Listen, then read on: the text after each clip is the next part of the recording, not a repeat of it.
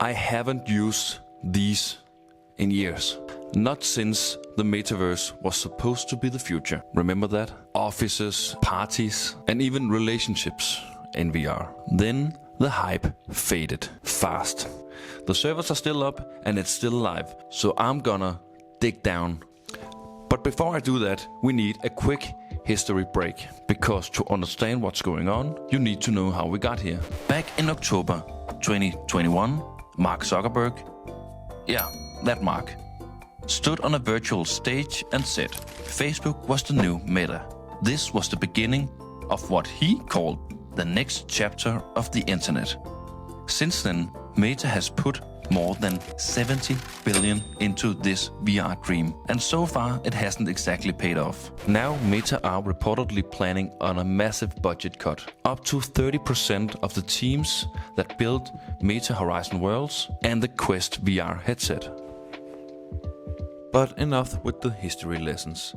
I log into Horizon Worlds. I was expecting silence, maybe a digital wasteland, but no. This wasn't empty. It was packed with kids. Unsupervised, loud, highly opinionated kids. Cause I don't want anything. Guys, move. I gotta put blocks up there. Yo, don't push me off. And yeah, that one sassy kid told me off. You guys have to keep on. Then I saw my chance to escape the playground. Suddenly, I was in what I think was a story-driven adventure world. And immediately died. No idea how. Why you hit my brother?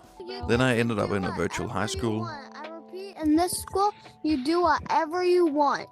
At this point I realized this is a bad parody of Roblox with proximity chat. So I switched to something else. VR chat. Specifically in this world called the Black Cat.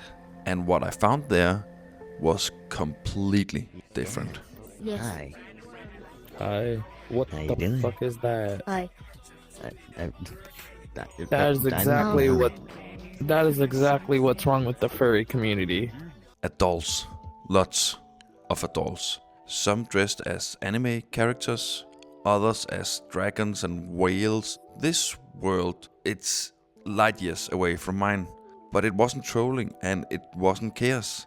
It was sincere, a kind of safe space for people exploring identity, expression and connection.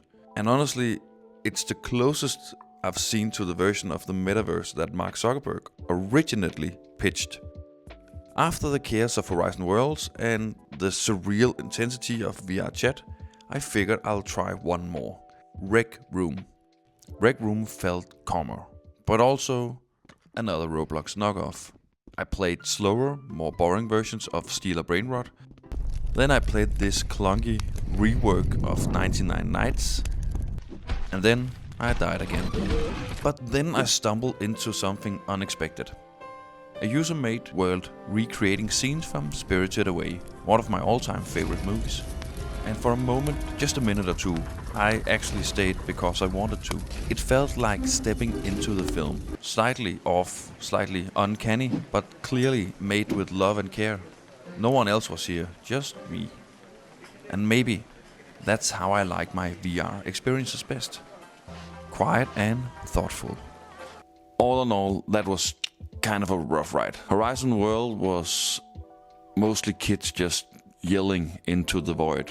And VR chat is adults living out really specific fantasies. And Rec Room was a bit more fun, a bit more creative, but honestly, not wildly entertaining. The metaverse has ended up like this very niche space.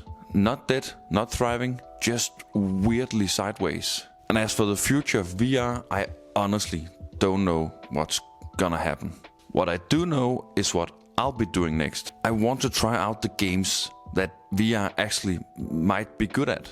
I've seen there's a Stranger Things experience, some Star Wars stuff, and that actually sounds promising. More structured, more immersive, and hopefully less kids screaming at me. If you played something in VR that's actually good, please let me know in the comment section.